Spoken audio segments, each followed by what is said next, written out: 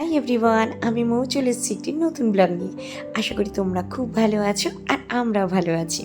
আর আজকে দুপুরে আমাদের লাঞ্চের মেনুতে ছিল লাউ চিংড়ি, সঙ্গে লাউ দিয়ে ডাল, আর আমার সব থেকে ফেভারিট পোস্ত বাটা, আর সঙ্গে অল্প একটু কাচকি শুটকি মাছের তরকারি।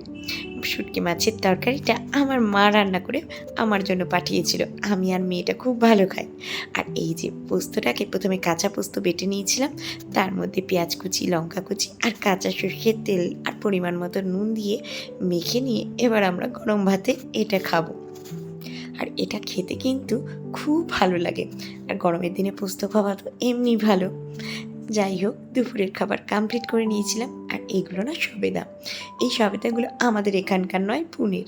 কারণ আমাদের এক বন্ধু কাজের সূত্রে এখানে থাকলেও তার বাড়ি পুনেতে, আর সেখান থেকেই আমাদের জন্য পাঠিয়েছিল। সবেদাগুলো খুব মিষ্টি আর খুবই ভালো। যাই হোক, চলুন এখন আসি। ভালো লাগলে লাইক, কমেন্ট, শেয়ার করে দেবেন।